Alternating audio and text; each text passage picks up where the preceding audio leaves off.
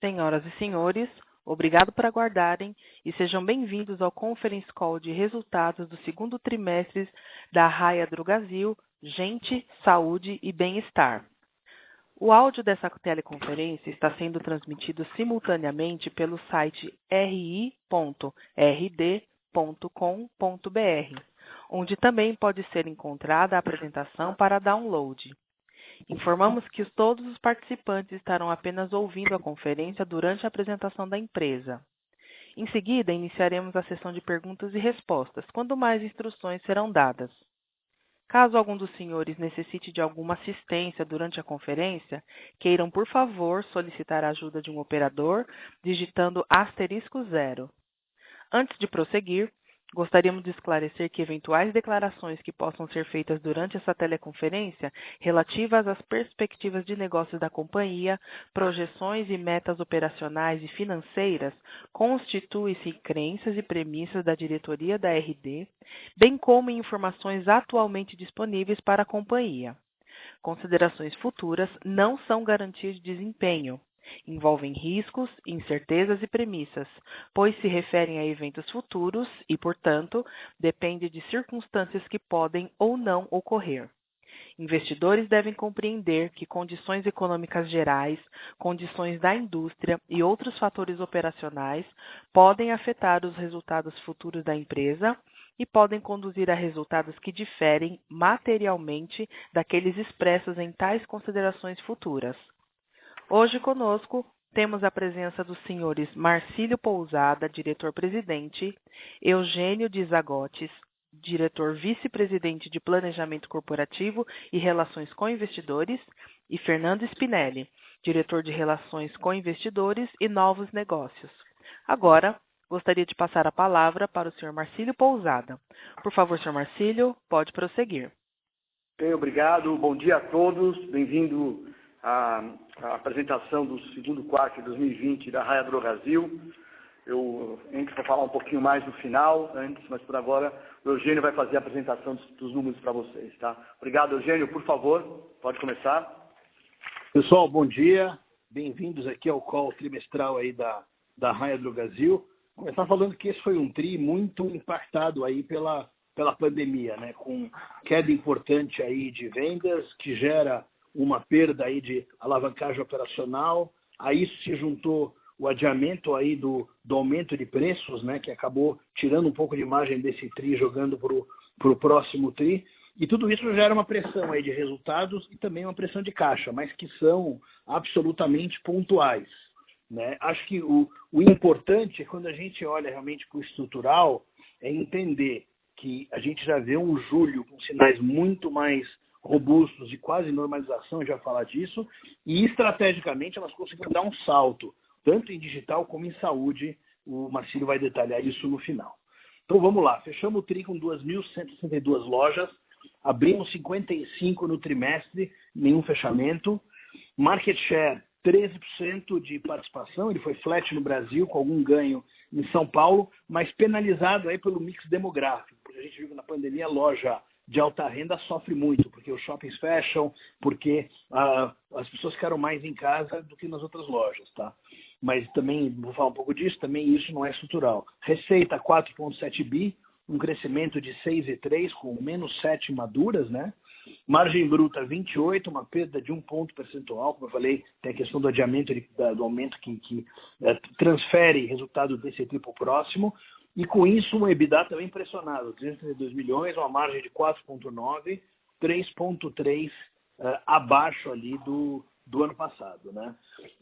Lucro líquido, 62 milhões, uma margem de 1,3, também impressão, mas eu diria que no pior dos cenários, a companhia ter lucro líquido positivo, não acho que é de todo ruim. E um fluxo de caixa aí com uma pressão grande de 440 milhões, né, de caixa livre, né? E uma pressão de 550 negativo, que é totalmente um pico de capital de giro que até o fim do ano ele vai embora. Tá? Então, no final, os efeitos aqui são todos eles da pandemia e nada disso fica para os próximos trimestres, tá? Ou até o fim do ano, pelo menos. Aqui na página 4, a gente entende um pouco aí detalhe da expansão, né? Então, a gente tem 2.162 lojas, que a gente terminou aí o período. A gente abriu no trimestre 55 lojas, foram 8 lojas a mais que no mesmo período aí do ano passado, e a gente não teve nenhum encerramento nesse período, que é também interessante. Se a gente olhar o semestre, embora tenha tido um superávit no TRI, março realmente a expansão parou bem, e isso gera um gap de 15 lojas em relação ao primeiro semestre do ano passado. Mas é coisa que a gente tranquilamente tira a diferença agora, e a gente mantém o guidance de 240 novas lojas para o ano que vem. E 240 novas lojas mantendo a mesma diversificação geográfica que já vem acontecendo e a mesma diversificação demográfica, que eu acho que é um ponto que boa parte do mercado talvez ainda não atentou da forma como deveria. Eu queria mostrar um pouco mais de dado aqui na página 5. Se a gente voltar um pouco para trás, em 2018, 38% das lojas que a gente abriam eram lojas nobres, que chama de loja premium. Se a gente voltar para 14, 15, 16, é mais do que isso e certamente foi mais 50% em vários desses períodos, tá? E esse percentual de loja nobre vem caindo na base como um todo em detrimento das lojas híbridas e das lojas populares. Então, se a gente olhar últimos 12 meses, 82% das lojas são híbridas ou populares, que são lojas que atendem a classe média expandida do Brasil. Então, se a gente olhar a base total, são 42 híbridas e 22 populares. Então, estamos falando aí de 911 lojas híbridas, de 334 aberturas nos últimos 3 meses. E estamos falando também de 470 lojas populares e 174 aberturas nos últimos 3 meses.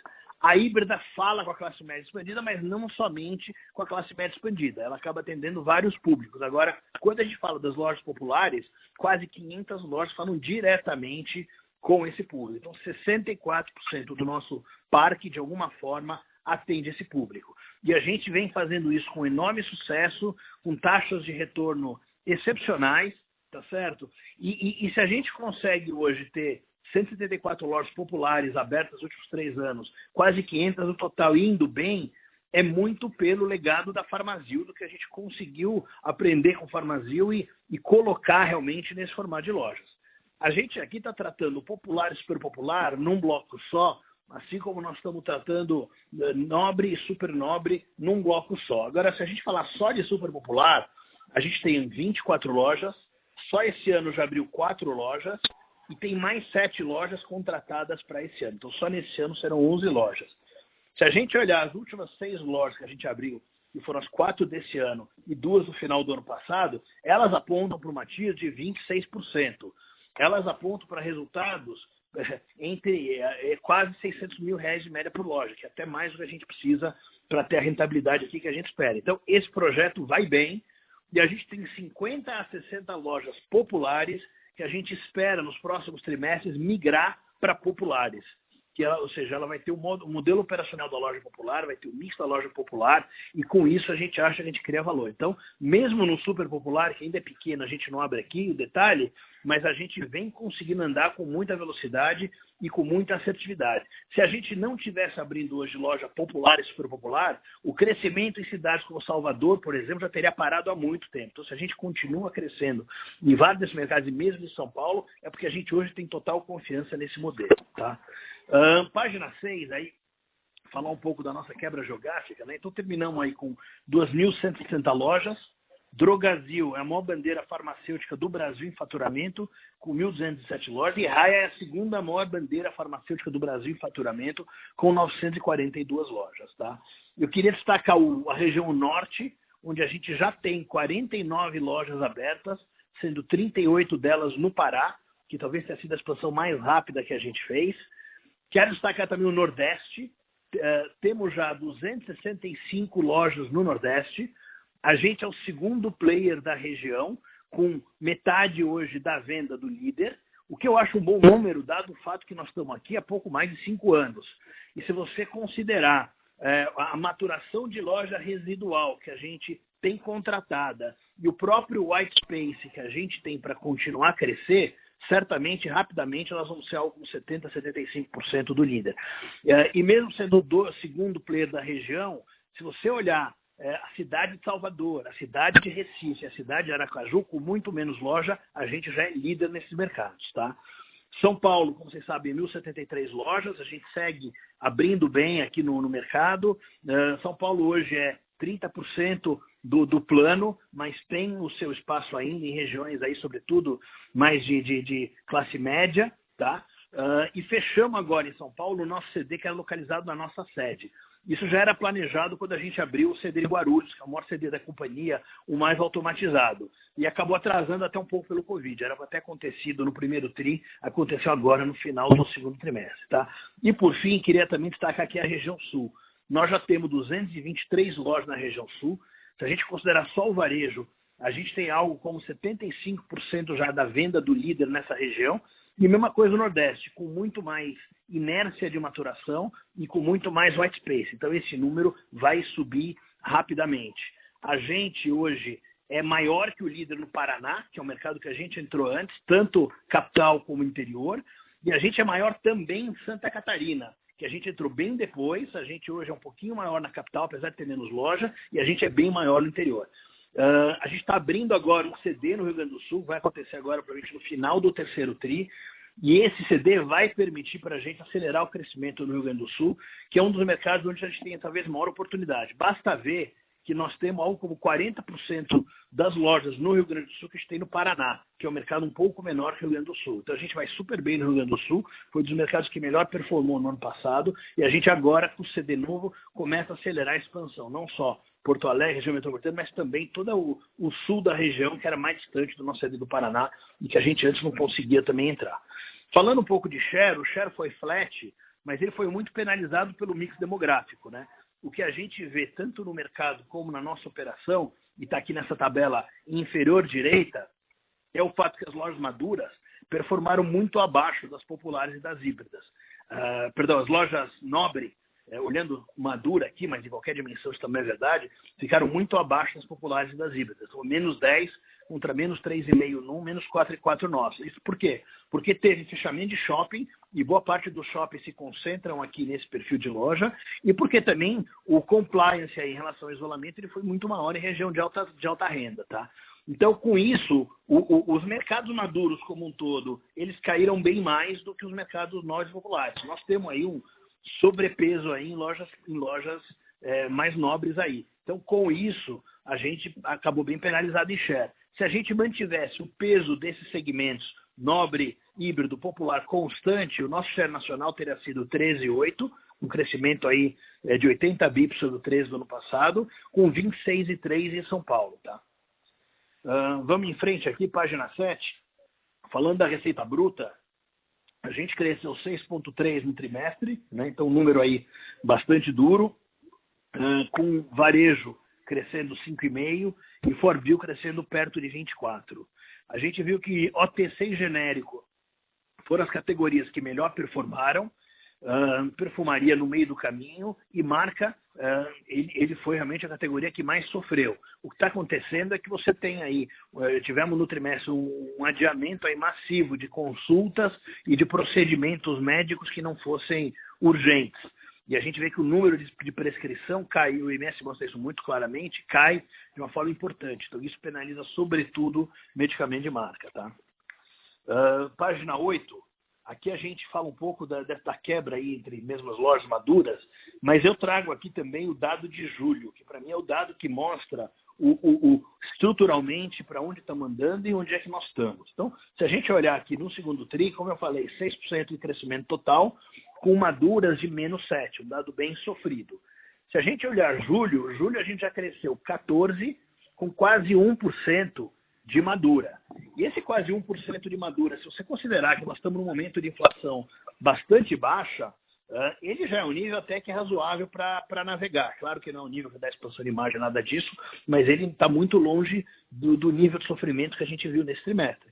Mas o melhor dado aqui é que se a gente tirar da base os nossos 124 shopping centers, que no trimestre não precisa nem falar, né? Ficaram fechados, etc. Mas mesmo em julho tem uma queda de tráfego ainda importante, tem horários mais curtos e tudo mais. As lojas de rua estão crescendo 5 e 8 em julho, maduras. Estou falando de 3,5 de crescimento real. Então, esse é o dado estrutural mais importante e é um dado muito forte, muito robusto. Cedo ou tarde, nós vamos caminhar para um número talvez dessa magnitude. A gente vê que agosto também foi um mês bom e dependendo como for fechar agosto, dependendo como fechar setembro, talvez até esse 0,8 de julho possa ser mais perto ainda da inflação e levar um trimestre mais normal ainda. Mas hoje a gente já acha que em quarto tri nós vamos estar muito perto da normalidade, mesmo no terceiro tri, eu acho que o pênalti não vai ser tão grande, tá? Então isso é um dado super importante.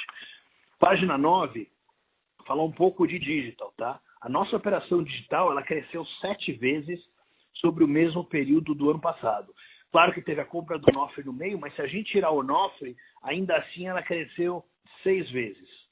A nossa penetração aí dos canais digitais na venda total chegou a 7,6%. E aqui alguns detalhes. Primeiro, dessa venda, 90% é venda própria mesmo. Super App é algo como 10% da venda digital. Então, a gente não depende de ninguém para fazer essa venda digital. A gente consegue originar com base nas nossas lojas, com base nos sites e plataformas, essa venda para a gente atender.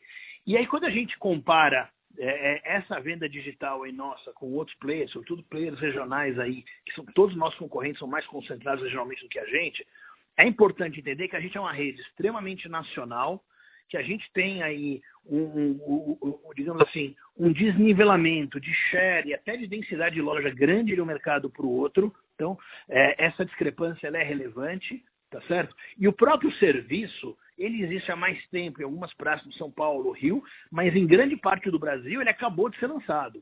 Então, por trás desses 7,6, a gente vê realidades muito diferentes.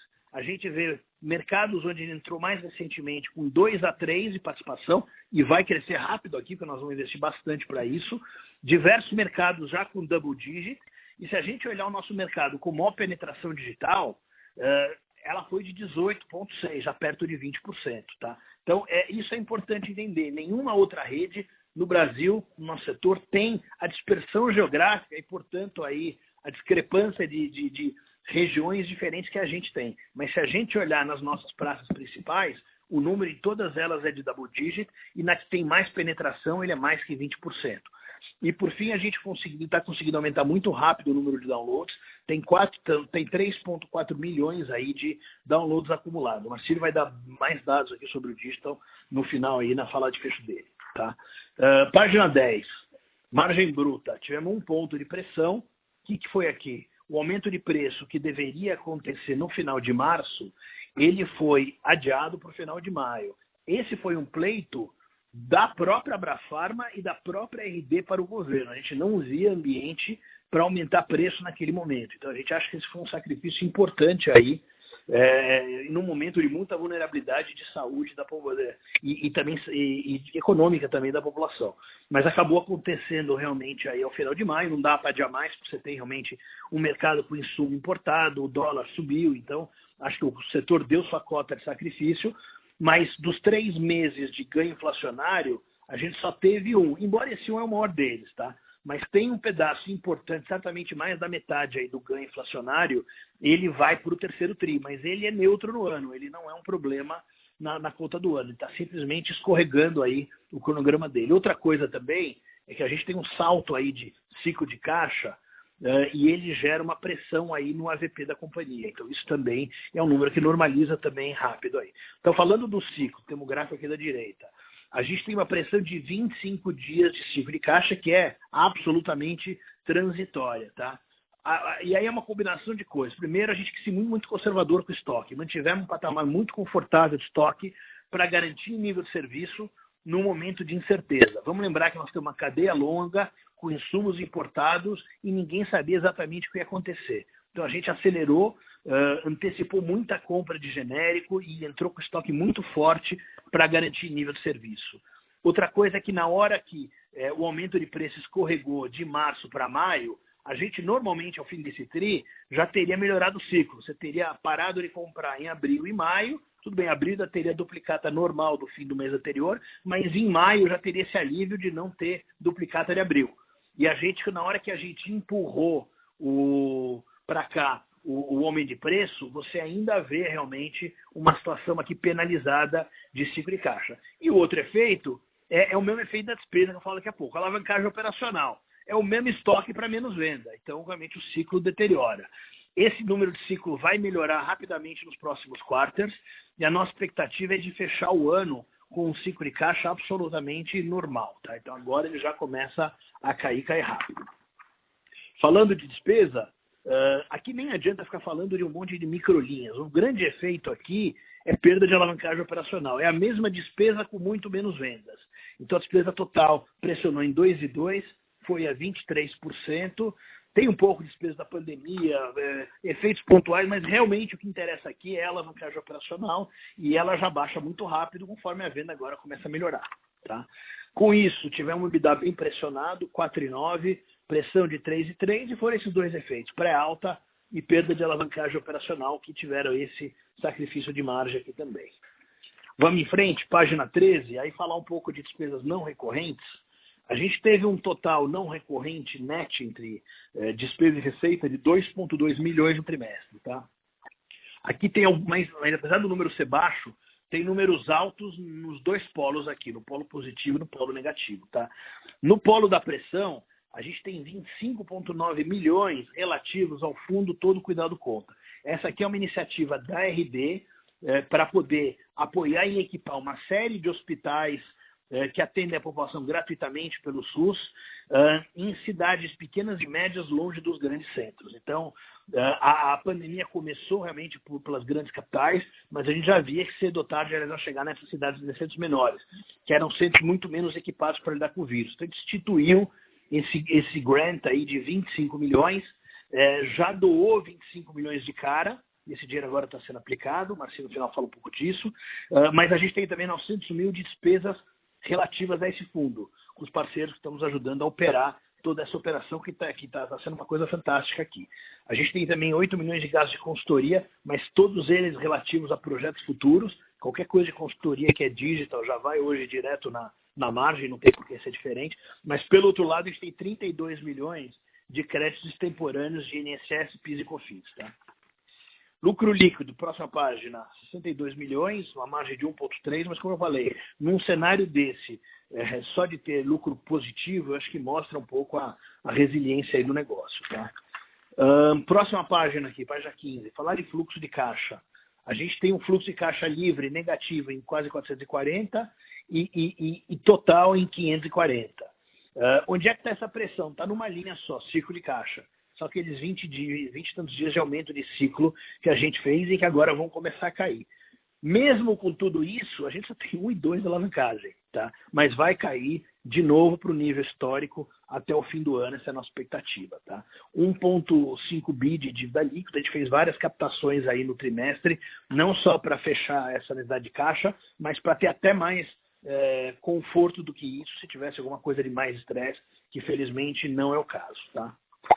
Se a gente olhar aí a nossa ação, ela valorizou no ano 8,6, mas abaixo aí do Ibovespa de 21,6, e eu destaco a liquidez média ali de 200 milhões de reais. Eu queria mencionar também que a gente ontem à noite soltou convocação aí para a Assembleia para fazer split da nossa ação, dividir por 5 a nossa ação.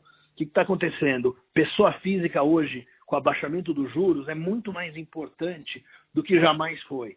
E importa muito a pessoa física o ticket mínimo, porque tem lotes mínimos.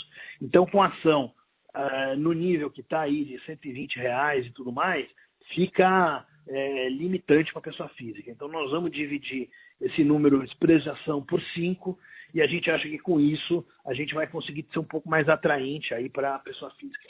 Então, era isso que eu tinha. Queria passar aí para o Marcílio para as considerações dele sobre o trimestre. Obrigado, Eugênio. Bom dia a todos de novo. Eu estou aqui na página 17. Eu vou tentar dar a minha opinião sobre o trimestre, para onde nós estamos indo agora e o legado que a crise criou aqui para o nosso negócio. Tá? Eu acho que o segundo tri, Eugênio, foi bem importante para deixar claro aqui, mas acho que quase todo mundo no país viu um desafio realmente de como operar esse segundo tri com o advento da pandemia. Né? Essa menor frequência do cliente na loja, mesmo com o aumento do ticket médio, gerou essa desalavancagem para a gente, não tinha jeito mesmo, mas a gente sofreu muito mais realmente foi no fechamento dos shoppings. Né? fez uma estratégia há 6, 7 anos atrás de povoar, de ter loja presente nos melhores shoppings do Brasil, e essas 124 lojas que fecharam penalizaram a gente nesse momento, realmente, que teve um impacto na loja madura de menos 5,7% realmente no trimestre. Então, fechar essas lojas foi realmente atrapalhou muito o nosso negócio. Tá? Também tivemos uma mudança do mix, o cliente de alta renda, ele fechou mais realmente, ele antecipou a compra para março, e não se antecipou depois. A nossa rede, apesar da grande mudança que nós estamos fazendo desde o final de 2017 para colocar uma participação maior na classe média do país inteiro, a nossa rede ainda é muita classe alta, então a gente sentiu essa mudança até e não tivemos um crescimento de market share. Tá? A alavancagem, eu acho que ela vem só agora, realmente, ela piora um pouco a nossa dívida agora, mas ela volta ao normal já no quarto tri. Eu estou bem otimista já com o terceiro tri, tá? O terceiro tri, o julho mostrou uma boa venda, agosto também vem número parecido, tá? Um crescimento de 13,8 em julho é muito bom, um 0,8 no Maduras, se tirar o shopping, estamos crescendo 5,8 em Maduras, e eu acho que volta com muita força agora realmente a prescrição médica, é o médico voltar a trabalhar com mais força, principalmente na classe alta. A gente pode esperar até um movimento maior, pode acontecer até o final do ano, a gente começa a ver mais prescrições na loja, então eu estou bem confiante do terceiro tri, e um quarto tri a gente já operar como a gente vinha operando normalmente. Tá? Mas o que é mais importante desse trimestre, realmente, ele ajudou a gente a crescer em duas estratégias bem importantes para a gente, que é na estratégia digital e na estratégia de saúde também, tá? Que eu coloco na próxima página, a gente para tentar entender o que a gente fez aqui, né? Eu acho que a pandemia pode trazer o que já vinha buscando desde 2018, um novo significado para a farmácia. A gente começa a entender melhor esse hub de saúde, como a farmácia pode ajudar o cliente na saúde dele no dia a dia, né? Então a gente tem alguns números aqui que são impressionantes que a gente fez, ó. São mais de 500 mil injeções aplicadas, nós temos 1.450 salas de aplicação de injetáveis no Brasil inteiro. É o maior negócio de serviços farmacêuticos do país, com certeza, tá? Temos mais de 12 mil vacinas e hoje temos 43 lojas com licença de vacinação. Não é tão fácil tirar a licença para vacina, estamos correndo para conseguir tirar mais, tá? Uma coisa importante que veio para a gente sabia que isso poderia acontecer, que são os testes de Covid. A empresa abraçou com muita força, logo depois que a Abrafarma conseguiu a maneira de operar os testes dentro da loja, junto ao Ministério da Saúde e a Anvisa, a gente abraçou isso e começou a colocar testes na loja. Hoje temos mais de 1.000 lojas testando nos 23 estados, tá? Em alguns lugares tiveram um problema para licença, fomos explicando que isso era bom para a população toda. Estamos fazendo testes sorológicos, tivemos já 225 mil testes sorológicos, temos mais de metade do share da Abrafarma em testes, tá? Isso é muito bom, porque também o cliente pensa na gente, que é como usar a farmácia de outra maneira, não só para comprar medicamento, não só para comprar beleza, tá? E temos mais de 12 mil procedimentos de saúde em 80 lojas que têm outros procedimentos de saúde, como medição de pressão, teste de glicemia, ajudar a tomar medicamento. Então isso tudo começa a andar com uma força muito grande, tá? Em um outro lugar que a gente também se meteu no hub de saúde, que com certeza pode ser uma oportunidade para a gente no futuro, a gente fez 15 mil teleconsultas com os nossos funcionários. Então a gente começou a entender melhor como é que a telemedicina pode ajudar o país na saúde como um todo. Acho que isso veio para ficar. A gente criou um site que chama RD Saúde em Dia. Esse RD Saúde em Dia proporciona telemedicina para os clientes, tanto com uma parceria que a gente fez com a Conexa Saúde como com o Doutor Consulta, tá? Então a gente começa a entender como é que esse mercado como é que o cliente vai buscar a telemedicina para poder se cuidar, principalmente em saúde primária, tá? Recebemos mais de 84 mil de receitas digitais e 10% da nossa venda de controlado já é feito via receita digital. Então teve uma transformação muito grande de como o médico se relaciona com o paciente e de como a gente vai receber esse paciente nas nossas lojas. Eu acho que tudo isso vai ajudar a gente a formar essa nova farmácia, que é a farmácia que a gente pensa no futuro, que ela, além de ter um hub de saúde, ela tem que ser cada vez mais digital e multicanal. A gente já vinha uma iniciativa muito grande desde 2018 de criar os times ágeis para poder tentar entender melhor a jornada do consumidor, como é que ele pode se relacionar com a gente de maneira digital, e realmente a pandemia pegou a gente de surpresa, uma surpresa positiva para a gente, que fez crescer muito os canais digitais. Diferente dos outros players de varejo normal, a gente cresceu muito mais no nosso próprio canal digital do que usando aqueles aplicativos de compra das outras pessoas. Usamos eles também, mas a gente fez questão de fazer a gente entregar, tá? Então, alguns números importantes. Nós crescemos quase 7 vezes o crescimento no ano passado. Já é 7,6% da venda total do varejo. Cuidado, isso aqui é uma rede nacional, né? Em algumas cidades muito importantes, os maiores mercados do país, nós já temos 15% a 18% de participação do digital de penetração. Os clientes digitais gastam 2 vezes mais e tem uma frequência 1,3 maior. Então é super importante trazer esse cliente, tá? Só que a gente traz esse cliente de outra maneira também. Traz esse cliente com o aplicativo. Temos 3,7 milhões de downloads acumulados. Só no trimestre fizemos 1,4 milhões de downloads, são mais de quase 30 mil downloads por dia que nós estamos fazendo já. A avaliação das nossas lojas, dentro das lojas Google e Apple, já melhorou muito. No Android já estamos em 4.4, e tem uma preocupação muito grande de trazer para toda experiência digital a mesma excelência de atendimento que nós temos nas lojas. Então, estamos trabalhando com muita força, e o cliente busca não só a transação, ele busca também o OFAX. A gente lançamos isso há 10 anos atrás, a oferta exclusiva na loja, foi a primeira farmácia a fazer isso no país. Agora, alguns concorrentes nossos tentam copiar a gente nisso, mas a gente colocou o OFAX também no aplicativo, e já é 50% do negócio de OFAX, já começa a entrar para o aplicativo, tá? Estamos muito animados com o uso do aplicativo, porque a gente lança a parceria com o Pão de Açúcar agora no 4º trimestre, e vai ajudar mais a gente a fidelizar o cliente. Por que a gente consegue fazer isso? Porque a gente tem 100% da nossa rede já entregando o Compre e Retire. Desde abril de 2018, 100% das lojas entregam para o cliente quando o cliente compra, tá? Fizemos também, a gente foi pioneiro nisso, 100% das nossas lojas entregando. O cliente se relacionando com a gente via WhatsApp, via telefone, e o nosso funcionário levando para aquele cliente que estava confinado em casa, fazendo o afastamento social, tá? E estamos entregando em 1 hora em 23 cidades, em 4 horas em 29 cidades, em 49 cidades, tá? E temos 345 lojas que a gente chama de micropolos, que são lojas que funcionam como CDs. Passa um motoboy lá e retira dessa loja. Provavelmente a gente fecha o ano com quase 600 lojas como micropolo. Então a gente vai estar estendendo isso no Brasil inteiro. Então o digital veio para ficar no nosso negócio. A gente mudou realmente o shape do digital, junto com essa ressignificação da farmácia, que pode ser um hub de saúde para esse consumidor no futuro, tá? Então isso foi um legado que a pandemia trouxe, e nós vamos trazer com ele.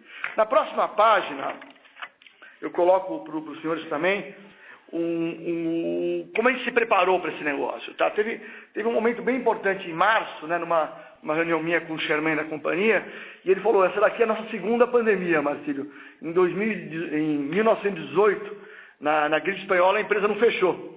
Então nós temos um desafio aqui de atender o cliente da mesma maneira que o meu avô atendeu todo mundo na Raia, em Araraquara, em 1918. Então, a gente parou e começou a pensar em como fazer isso bem, para conseguir fazer esse mesmo legado de uma empresa de 100 anos, poder fazer de novo agora. Então a gente se dividiu em 3 grandes pilares, isso, que é o cuidar dos nossos funcionários. Então a gente aplicou todos os protocolos de segurança nas lojas e nos CDs para não fechar a loja. O nosso número de funcionários infectados é mais baixo que qualquer cidade de São Paulo. A gente se preocupa muito com isso e acompanha todo mundo em todo momento, tá? Introduzimos o home office para a empresa inteira, tá? O time inteiro do escritório foi para casa, tá? Todos os funcionários contaminados, a gente que estavam no grupo de risco, foram afastados. A gente garantiu a renda integral das pessoas. O custo de hospitalização desse funcionário que teve Covid e que não era optante pelo plano de saúde foi todo pago pela empresa, tá?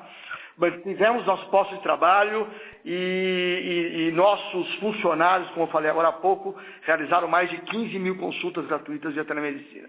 Então esse é um legado que trouxe, vai deixar essa empresa cada vez mais forte, com um time muito mais engajado e mais preparado que vem pela frente. Como é que a gente cuidou dos nossos clientes, né? A gente tinha uma ambição de transformar a farmácia num porto seguro para a saúde. Então, a gente sabia que o cliente ia buscar a farmácia para comprar o medicamento dele, ele se sentir seguro lá dentro. Então, a gente se preparou para que isso fosse feito da melhor maneira possível, tanto cuidando dos nossos funcionários, como preparando os clientes, como, por exemplo, trazer um horário diferente para os idosos poderem ir na loja. Colocar o balcão com o afastamento correto para o cliente. Não deixar entrar muito cliente na loja, o número reduzido de cliente na loja. Lançamos o site RD Saúde em Dia, que é para oferecer para esse cliente soluções em telemedicina, tanto no Doutor Consulta como Conexa, e mais um monte de soluções de engajamento para o cliente poder acompanhar e aprendemos como a gente vai poder engajar esse cliente digitalmente no futuro. Tá? E como eu falei, efetuamos mais de 200 mil testes rápidos de Covid. Qual foi o legado que trouxe daqui para a gente? A gente tem, na companhia, acho que vai fazer mais de 12 anos, a gente mede o nosso Net Promoter Score, a gente chama de NSS aqui, de bater o recorde de NSS na Covid. Então o cliente ficou satisfeito com todas as medidas que a gente fez para poder receber ele nesse porto seguro. Tenho certeza que isso fidelizou melhor os nossos clientes. E o terceiro pilar que a gente cuidou realmente foi o pilar de cuidar das nossas comunidades, né? A gente se preocupou muito em como poder ajudar e deixar um legado para o país, um legado para pequenas cidades do interior, para futuro poder usar esse equipamento de saúde, os hospitais melhor. Então nós aportamos 25 milhões de reais no fundo, o fundo chama Todo Cuidado Conta. Eu, pessoalmente, o Antônio Carlos e mais um time, temos semanalmente olhando como é que esse dinheiro está sendo alocado. Vamos distribuir 500 mil reais por hospital, de 50 hospitais pequenos em cidades do interior, tá? Isso é muito legal ver como o próprio time da loja está engajado em poder oferecer essa ajuda aos hospitais para que eles comprem equipamentos, que eles montem salas de UTI, que eles comprem o que ele for preciso para ficar um legado na cidade. Tá? Já investimos 16 milhões de reais em 33 hospitais, em 33 cidades e 14 estados. Nós vamos ter isso nos 23 estados do país. Isso, com certeza, deixa uma empresa mais forte, né? Que é uma empresa que se preocupa com a importância dela para a sociedade e como ela pode ajudar a sociedade no mundo que vai aparecer esses desafios no futuro, com certeza. Então, a mensagem final para vocês, eu acho que, apesar da dificuldade que é operar num ambiente desse, a empresa, eu acho que sai mais forte, sai preparada para o futuro e tenho certeza que pôde ajudar o país como um todo nesse momento duro que a gente viveu e vou esperando um terceiro e um quarto tri bem melhor do que foi o segundo trimestre. Estou eu, Eugênio, aqui pronto agora para perguntas, fiquem à vontade, estamos aqui para responder as dúvidas dos senhores. Obrigado. Obrigada. Iniciaremos agora a sessão de perguntas e respostas. Caso haja alguma pergunta, queiram, por favor, digitar *1. Nossa primeira pergunta é do senhor Guilherme Assis, do Banco Safra. Por favor, Guilherme, pode prosseguir. Oi, bom dia a todos. Bom dia, Marcílio. Bom dia, Eugênio. Obrigado por pegar a minha pergunta aqui. Eu queria explorar um pouquinho a questão dos novos formatos, né, e da expansão. Né? Eu acho que, assim, dado o cenário de pandemia, é impressionante aí vocês conseguirem manter o ritmo de crescimento. Eu acho que a confiança aí nessa abertura de 240 lojas e o resultado do segundo TRI mostra que vocês estão realmente mantendo o ritmo. Agora, falando um pouquinho sobre os formatos e esse novo formato ultra popular, que eu acho que tem sido uma alavanca aí para poder manter o nível de crescimento, eu queria entender um pouquinho. Vocês chegaram a fazer uma análise de quanto que aumenta o mercado endereçável com esse formato ultra popular? Eu acho que assim, qualquer coisa no sentido, com uma loja ultra popular, agora a gente pode chegar numa cidade de X mil habitantes. Sei que isso varia muito de região em região, mas se puder falar um pouquinho de São Paulo, né, que eu acho que é o mercado que vocês estão ainda tem uma oportunidade de adensamento, como que esse formato conversa com novas cidades e tamanhos de cidades, né? E nesse sentido, quanto que a gente poderia esperar daqui para frente de breakdown das 240 lojas que vocês têm no Guidance? Quantas seriam no formato tradicional premium, quantas no popular e quantas no ultra popular? Então, essa eu acho que é um assunto. Um outro assunto que eu acho que é relevante é em relação ao crescimento que a gente viu no segundo TRI nas categorias, né? Vocês falaram aí do medicamento de marca, eu acho que está bem óbvio aí o que aconteceu. Agora, uma surpresa para mim foi o crescimento de 12% de OTC, né? E intuitivamente, eu falaria que essa categoria poderia ter sofrido também com menos antigripal, etc. Pode falar um pouquinho sobre o que aconteceu com o OTC, por que cresceu esses 12% e como a gente deve esperar aí as categorias reagindo aí pós lockdown, né? Tipo agora com a reabertura e volta das atividades. São essas perguntas. Obrigado. Fala, Guilherme. Deixa eu falar um pouco de expansão, que é o que eu estou... Tá, eu falo do mix depois, vai lá. Tá bom, bem envolvido. Obrigado pela pergunta aí, Guilherme. Eu acho que do que vocês têm que olhar na expansão? Vamos pensar, nós vamos abrir 240 lojas esse ano, mesmo com a pandemia, já estamos preparando a safra do ano que vem, tá? Em agosto nós já estamos preparando o que vai vir do ano que vem. Então esse é um processo contínuo que vem sendo feito na companhia, desde com bastante estabilidade, desde 14 e 15, tá? A gente já vinha sempre olhando para esses mercados mais populares, a gente sempre olhou e vai tateando ou com formato novo, algum momento com a marca nova. A gente percebeu que esse formato exigia da gente, são lojas de faturamento um pouco menor, com investimento um pouco menor e um mix de produto preparado para atender esse formato. Então a gente foi melhorando. Acho que agora a gente começa a entrar realmente no número que nos impressiona pela qualidade das aberturas de lojas que nós vamos fazer. Isso permite a gente entrar não só com mais força nas periferias das grandes cidades, que já estamos fazendo, mas sim permite entrarmos nas cidades menores, que você colocou aqui. Então, a gente tem mais ou menos hoje 370 municípios, a gente já começou a ver dessas aberturas agora, abrindo cidades que a gente pensava com dificuldade de abrir no passado. Tentamos uma vez em 2014, 2015, e agora estamos fazendo de novo e está indo super bem. Então, com certeza, abre uma possibilidade de a gente aumentar o nosso mercado.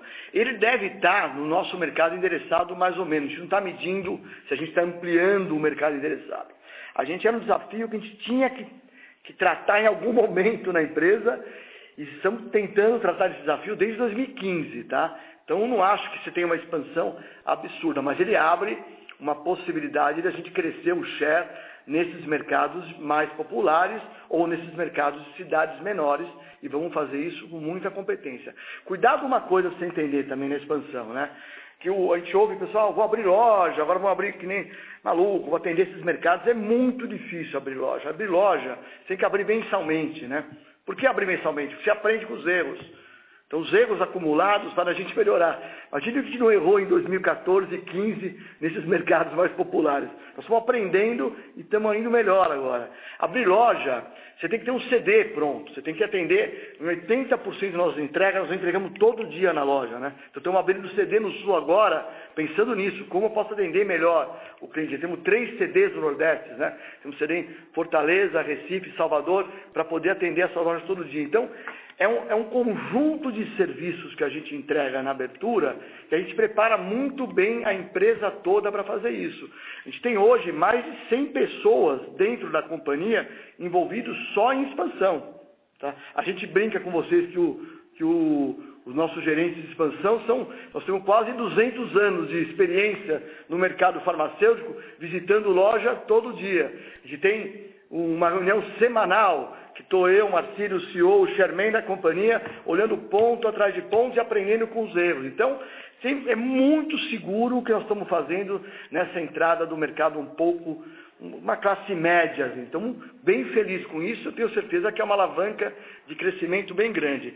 Quando você fala do tamanho de share, eu acho que o slide, a página 5 aqui, o Eugênio coloca um número parecido que deve ser o futuro para a gente, tá?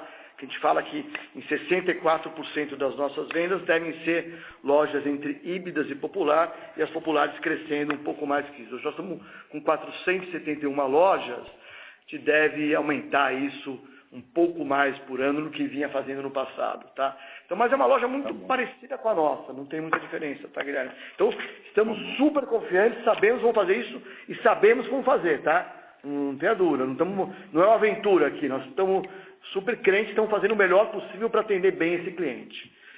Do OTC, o Marcílio, só se eu puder, assim, já aproveitando que a gente está falando da exposição aqui, antes de ir para o OTC, você pode falar um pouquinho também, assim, eu acho que está bem claro aí, a gente está vendo a expansão, assim, é correto a gente afirmar que com o novo centro de distribuição no Rio Grande do Sul, o Sul passa a ser uma prioridade na expansão, principalmente Rio Grande do Sul, daqui para frente, e a gente deve ter, assim, 3 vetores, tipo, o Nordeste continua esse adensamento, expansão, crescimento nesses novos mercados, né, que são relativamente recentes.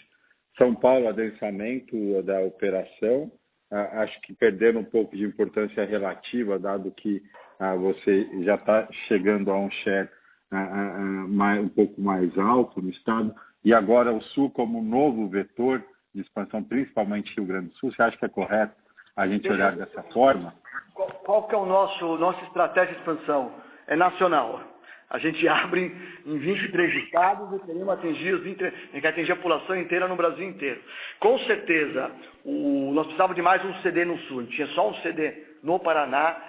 Para atender o Rio Grande do Sul, a gente sofria um pouco com a distância, a gente não tinha uma entrega diária. A gente acha que é muito importante entregar diário medicamentos na loja. Tem uma vantagem competitiva imensa, então a gente precisava abrir esse CD em Porto Alegre e fazer crescer. A nossa posição no Paraná é muito boa, a gente é líder no interior, a gente é a segunda marca em volume na capital, tem um líder regional. Santa Catarina tem um líder regional, a gente é a segunda marca com muita força. Em algumas cidades somos líderes em Santa Catarina no interior. E o Rio Grande do Sul tem um líder regional, que tem uma posição muito forte em Porto Alegre, e tem um líder regional, tem 2 líderes regionais no Rio Grande do Sul, que os 2 falam que são líderes do Rio Grande do Sul, e são 2 líderes, são 2 boas empresas que estão lá, e a gente tem uma posição muito importante já, entrando com força no interior. Vamos abrir muita loja no Sul, eu acho, vamos abrir. A gente abriu já no ano passado, nesses últimos 12 meses, 35 lojas no Sul.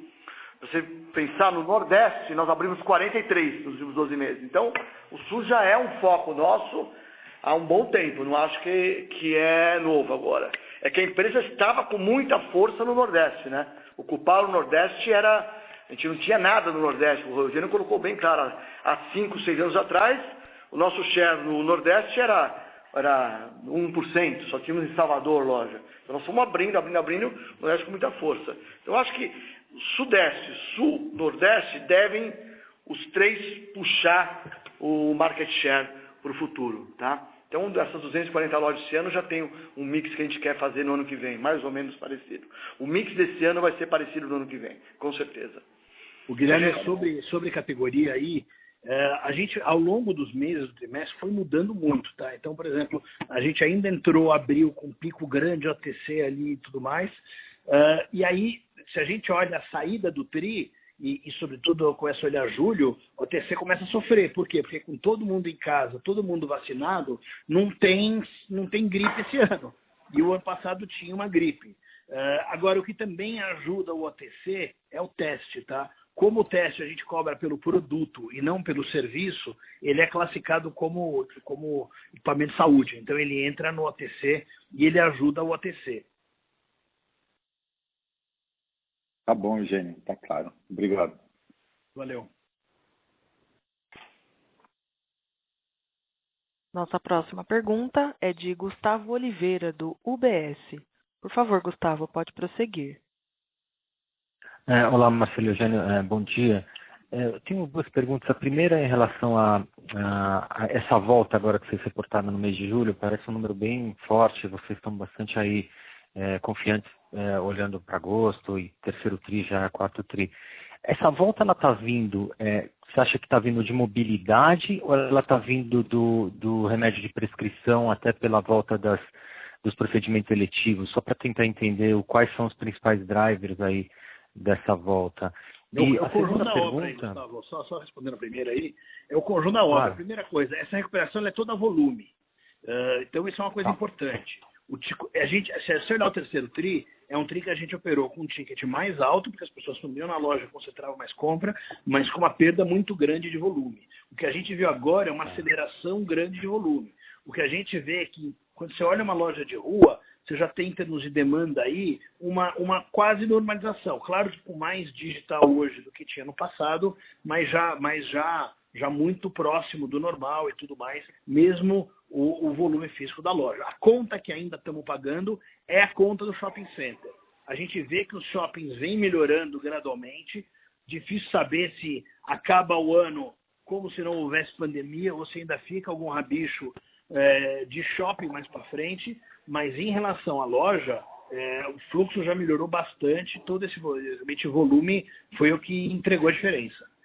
E sabe que, Gustavo, o shopping até engraçado, a gente começou a estratégia de shopping com muito mais... A gente não era o maior player de shopping do país, tinha uma rede que tinha mais lojas de shopping. A gente começou isso em 2014, 2015, a gente até se impressionou com o volume que se tinha em shopping realmente. As lojas são muito boas, os volumes são muito altos, principalmente em tráfego, cliente na loja realmente, e em faturamento, né? Então nós somos os melhores shoppings do Brasil, com os melhores pontos, a gente negociou isso com uma rapidez imensa. Então sentimos agora. Então eu acho que o shopping é o que faz sentir realmente. E cuidado com uma coisa, não subestimem prescrição, tá? O cliente, o médico ficou de férias também, né?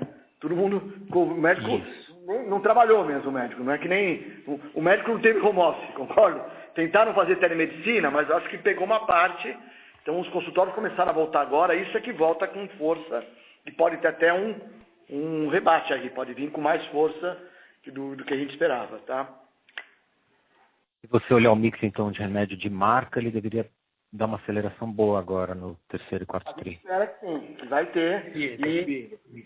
E cuidado, o país vacinou 90 milhões de pessoas contra a gripe, né? Então, ninguém teve gripe esse ano. Então, são coisas que afetam o mix como um todo, tá? Vai lá. Tá certo. A segunda pergunta que eu queria, uma ajuda de vocês, é mais para entender como é que vocês estão pensando estrategicamente. Eu lembro que a gente entrou nessa pandemia e acho que a perspectiva era que muitas das empresas competidoras de vocês poderiam ter problema, elas são menores, às vezes não tem uma boa gestão de ciclo de caixa, que é uma coisa bem complicada nesse momento, e vocês vão estar aí saindo com força e estão dando uma mensagem bem interessante de crescimento orgânico, né, no Sul, Nordeste e até no Sudeste. Ao mesmo tempo, muitas dessas pequenas empresas, os regionais, elas estão se capitalizando, né? Estão fazendo follow-ons, tentativas de IPO, etc. Qual que é a oportunidade para vocês? É um crescimento orgânico acelerado? É um M&A ainda? Existe M&A interessante? E vocês acham que vocês vão voltar ganhando share rapidamente aí nos próximos meses, trimestres? Gustavo, o foco nosso é todo no orgânico. Até porque com essa onda de IPO, o múltiplo subiu. Então, comprar hoje alguém é mais difícil do que era no passado, porque todo mundo hoje tem uma expectativa de múltiplo muito mais alta que tinha atrás. Então, nós vamos realmente focar no orgânico e, sei lá, talvez mais para frente possa aparecer alguma coisa. Quando a gente olha o setor inteiro, vamos lembrar que quem está abrindo capital são 3 a 4 players. Você tem um setor super fragmentado. Então, eu diria que, substancialmente, o cenário não muda e a gente tem realmente uma pressão de alavancagem que todo mundo deve ter tido no segundo tri, mas que a gente, por exemplo, consegue lidar melhor que isso. Basta ver, você fala, será que tem alguma outra rede no Brasil mantendo a expansão inalterada que nem a gente?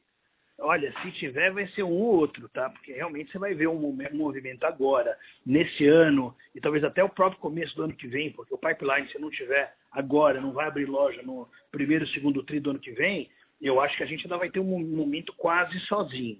Com essa onda de IPO, realmente entra um pouco mais de capital no setor e vai acelerar um pouco do crescimento da oferta. Agora, se a gente olhar para trás, a gente tem 3 ciclos distintos, né? A gente teve um ciclo aí de 14 a 17, começo de 18 aí, 14 a 17, na verdade, onde muita gente crescia mas num mercado que ainda segue crescendo muito com o envelhecimento da população, a gente conseguia equilibrar aumento e demanda, loja madura vendia em torno da inflação e a gente com margem bruta conseguiu ganhar muita margem nesse período. Aí a gente chegou num momento de muita intensidade em 17 e 18. Um momento em que você tinha, sei lá, Pague Menos abrindo 180, você tinha São Paulo abrindo 130, você tinha Extrafarma abrindo mais de 100.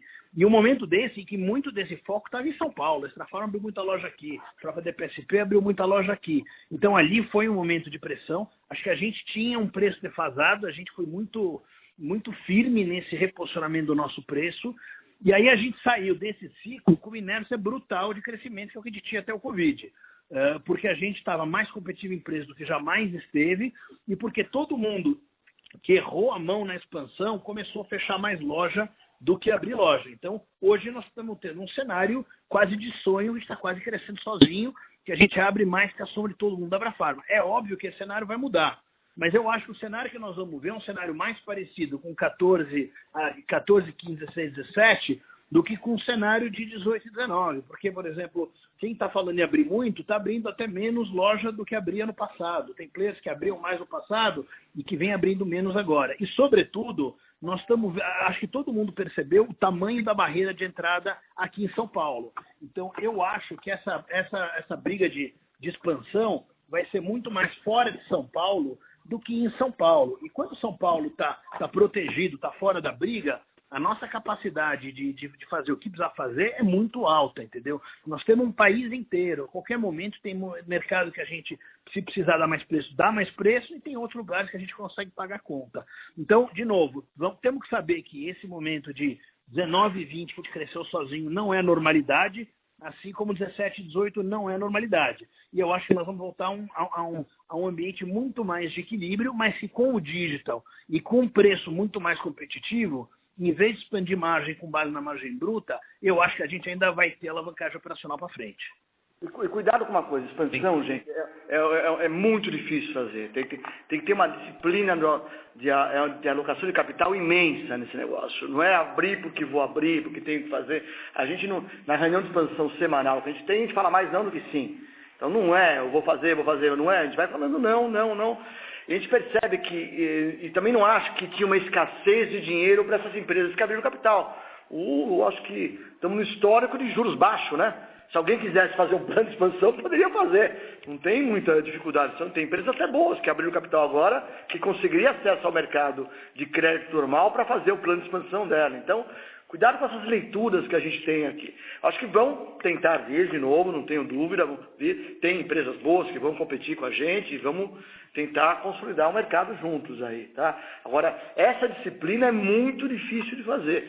Essa disciplina espalhada no Brasil inteiro é muito difícil de fazer. Nós somos líderes em vários lugares, ou segundo lugar em vários lugares já, né? Então, a gente fez primeiro, é a vida. A empresa tem 100 anos, pô, não é que começamos agora. Se for já fazer isso, a Raia foi para o Rio há 20, 25 anos, não é isso, Eugênio, atrás? Há 30. Paraná. Nós fomos a Curitiba 20 anos atrás, sofremos em Curitiba, não foi fácil a vida, não. Santa Catarina, eu estava contando no caso do vídeo, putz, como a gente sofreu em Santa Catarina 15 anos atrás. Então não é que as coisas caíram no chão, nós estamos 100 anos fazendo isso, entendeu? Então acho que daqui 100 anos, quem sabe eles vão ser fortes também, vamos ver. Eu acho que é uma tentativa. Muito obrigado. Tá? Tá super claro, muito obrigado. Muito obrigado pela resposta. De crescer. A gente tem uma história, Gustavo, de crescer de forma acelerada, com criação de valor, mantendo venda por loja. É muito difícil fazer isso. Normalmente, por que a gente faz isso? Porque a gente tem abrangência nacional. Nós estamos em 23 estados. Em todos esses 23 estados nós temos marca, nós temos venda por loja parecida, nós temos EBITDA parecido. Só nós temos isso. Normalmente o que você vê, quem tenta crescer fora de casa apanha porque encontra uma barreira de entrada muito grande, e quem crescer demais em casa, se não souber medir canibalização, a hora que acordar vai ver que a loja média caiu. Então, não é fácil fazer o que a gente faz, e se você olhar o histórico, até agora, talvez o futuro possa ser diferente, mas até agora ninguém conseguiu, além da gente, crescer rápido, mantendo venda por loja e criando valor. Vamos lá. Muito obrigado pela resposta, bem claro. Nossa próxima pergunta é de Tiago Macruz, do Banco Itaú. Por favor, Tiago, pode prosseguir. Claro. Oi, pessoal, boa tarde. Na verdade, minha pergunta é com relação a essa ressignificação da farmácia que vocês mencionaram no discurso de vocês. Uma dúvida que eu tenho é, o plano de expansão de vocês ele foi pensado sem ter isso em mente. Ele foi pensado como um plano de expansão que buscava remunerar o capex que você estava colocando na loja, vender o mix de produto que vocês esperavam. E eu acho que o espaço associado à loja de vocês não necessariamente antecipava essa ressignificação. Como é que vocês estão pensando isso? Está mudando o tipo de real estate que vocês estão indo atrás para abrir loja? Está mudando? Vocês pensam em reformar a loja para fazer frente a essa nova oportunidade? Conta um pouco para mim sobre essa discussão, se ela faz sentido, por favor. Deixa eu aqui, Macruz. Obrigado pela pergunta, Macruz. Sai um pouco do nosso dia a dia. O que eu acho que está acontecendo e que vai acontecer? A gente tem... Todo o nosso projeto de expansão sempre foi estar perto do cliente. A gente não tem só expansão porque a gente vai conquistar o mundo. A gente sempre tem a ideia de estar, como posso servir melhor esse cliente, como eu posso chegar mais perto dele, como eu posso colocar o estoque, falando bem coisa de varejista, perto desse cliente e poder servir ele. Sempre foi feito assim e vai continuar sendo assim, não mudou até hoje. O que o modelo digital permite? Permite o cliente acessar esse estoque, acessar esse contato na loja, acessar esse relacionamento de maneira muito mais clara, até com o celular dele na casa dele. Então, o digital potencializa isso para a gente. Ele é um alavancador da estratégia que a gente fez de estar perto do cliente. A gente não abriu loja só porque a gente quer abrir. A gente abre loja porque a gente conquista cliente. A gente traz cliente novo. Então, a gente fala dos 37, 38 milhões de clientes que a gente tem. O maior vetor de trazer cliente para a companhia sempre foi a expansão. A gente sempre olhou a expansão com isso. O digital é uma maneira desse cliente poder se conectar com a gente. Junto com o digital vem a ressignificação do negócio de farmácia, né? A gente pode pensar nesse negócio um negócio diferente para poder cuidar da saúde desse cliente. Eu dei um número para vocês que ninguém tinha, né? Nós temos 1.480 lojas que aplicam injeção. É o maior negócio de serviços do país. Outras redes nem fazem questão de ter isso. A gente sempre fez questão de abrir com uma sala assim. Então, o real estate sempre esteve pronto para ter essa salinha de aplicação. A sala tem que ser um pouco maior agora, tenho certeza que tem que ser um pouco maior. Precisamos redefinir essa sala, não tenho dúvida, temos que ter. A gente sempre abriu as lojas com o farmacêutico pleno para atender o cliente.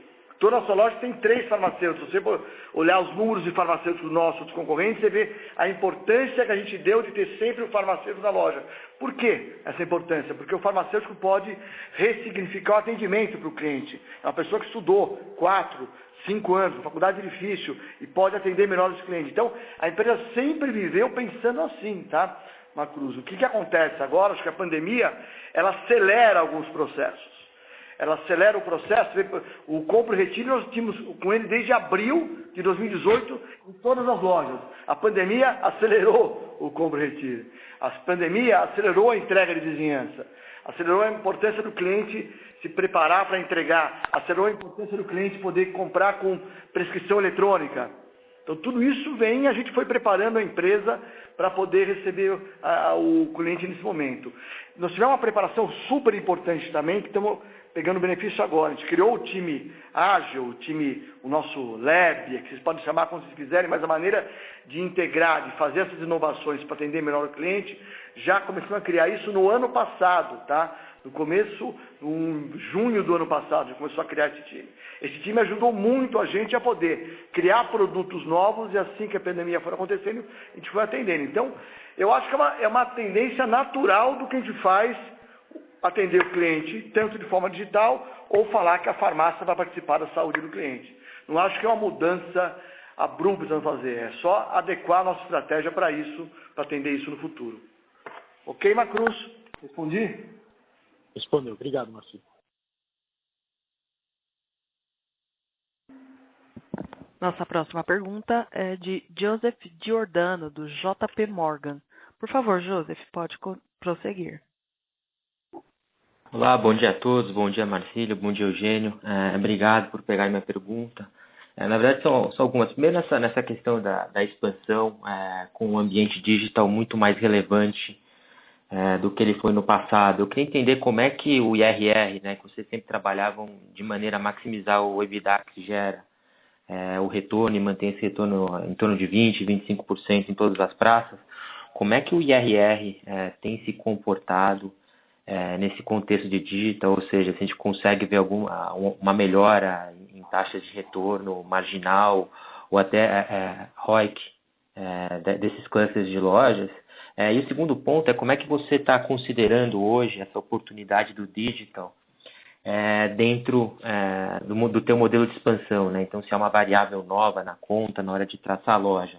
E olhando um pouco para essa questão de digital, né, vocês mencionaram que uma parte relevante hoje dos medicamentos controlados, eles vêm com prescrição digital. Então, queria entender qual que é a oportunidade hoje que vocês enxergam para um business de, entre aspas, aqui, assinatura, principalmente para o paciente crônico. E, por último, dado esse modelo de loja mais flexível, onde você consegue adaptar mais o mix, eu queria entender se não daria para a gente pensar, talvez, num crescimento de área, de maneira percentual, mais similar ao crescimento que a gente viu no passado, né? Porque se a gente manter 240 lojas, em teoria a gente está desacelerando um pouco esse crescimento da expansão. Obrigado.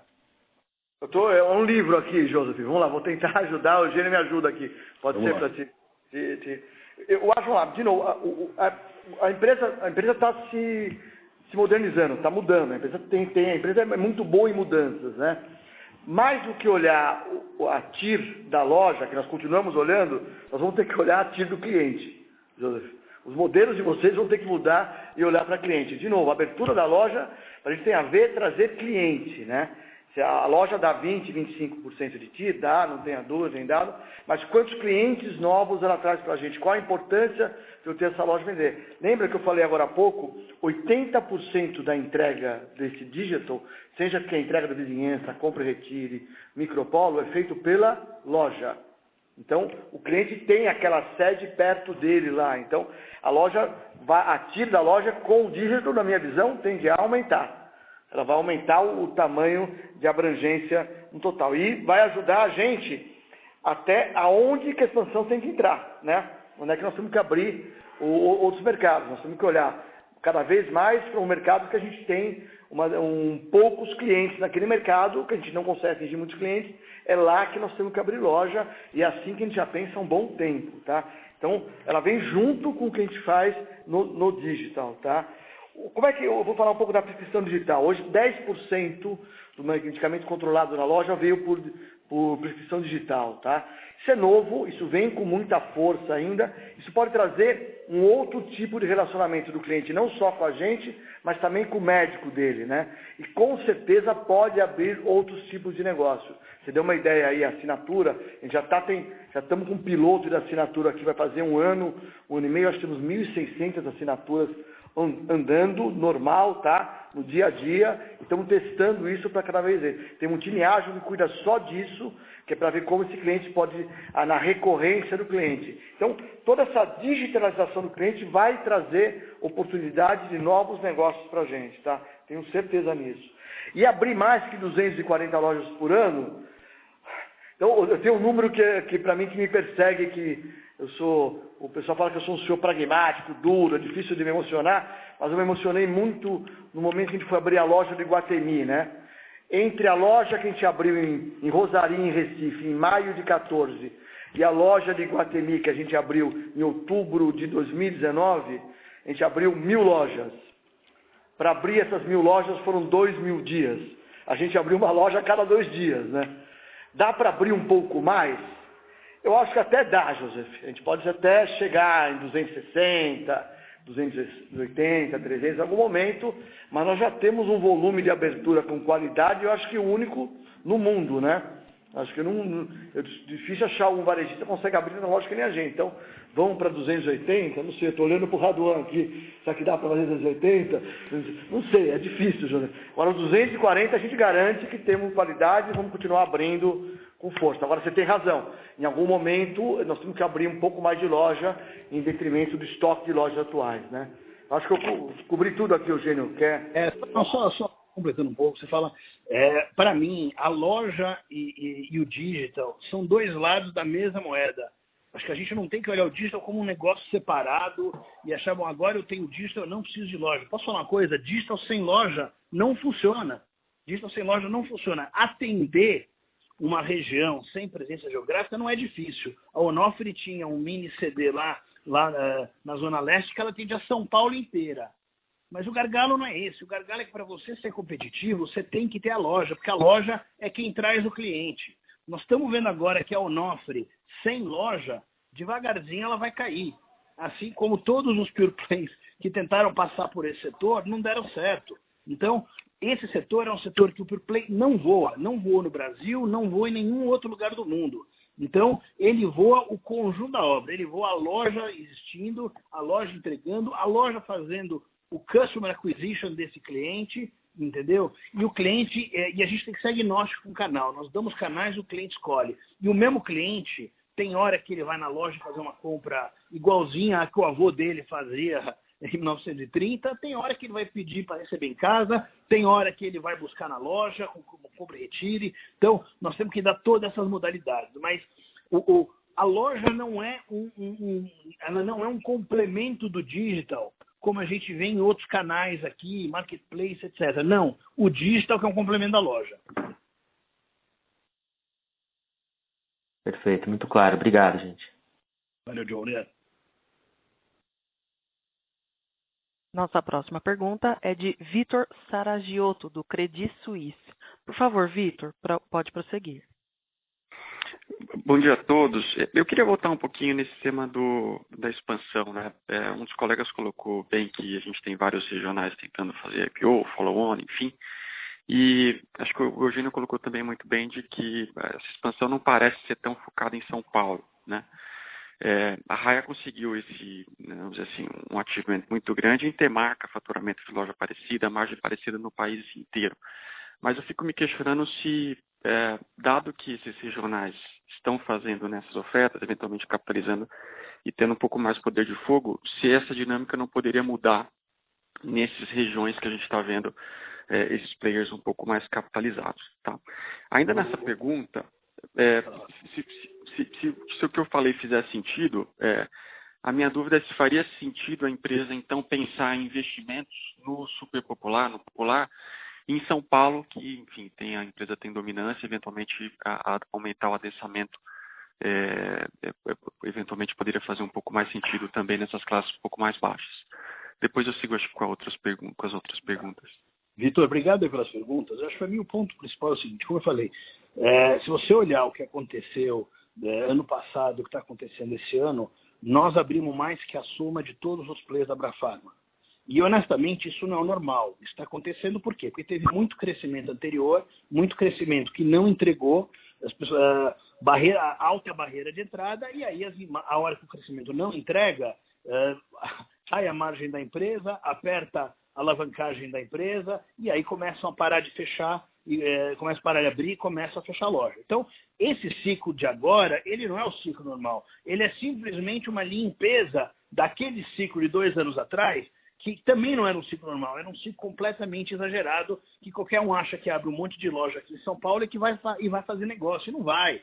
São Paulo é um mercado duro, é o mercado mais exigente do Brasil. Você tem aqui em São Paulo 3 redes fortíssimas, nativas, não só nós com o Raia Drogasil, mas também a Drogaria São Paulo. Você tem um padrão de serviço aqui mais alto que você pode achar no Brasil, está aqui em São Paulo. Então, eu acho que tem um aprendizado do último ciclo de que crescer em São Paulo não é fácil. E eu não acho que esse ciclo está concentrado em São Paulo.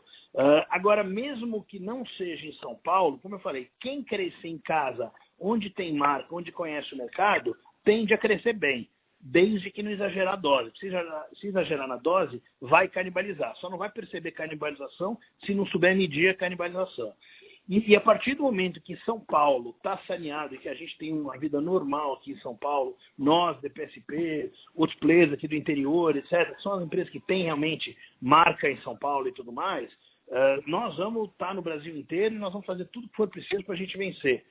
A gente viu ciclos em que para fazer isso a gente precisa dar mais desconto e ver ciclos em que a gente consegue fazer isso sem dar mais desconto. Mas com a presença nacional que a gente tem, a gente consegue balancear. Então, o nosso crescimento vai ser nacional. A gente ainda tem muita coisa para fazer no Nordeste, mas, claro, não abre hoje o mesmo número de lojas que abria, sei lá, há 2, 3 anos no Nordeste mais. Eu tenho uma participação lá bem relevante e tudo mais. Mas a gente tem um bate-espaço no Sul, a gente já tem muito espaço no Sudeste, tem sim espaço em São Paulo, com lojas aí populares, super populares e híbridas, entendeu? Com loja upscale realmente é mais manutenção de share aqui ou ali, mas o crescimento vai ser nacional e vai ser multiformato. E vai ser, Vitor, uma coisa, nós concorremos com esses players a vida inteira, tá? Não acho que a mudança de cenário tão grande assim.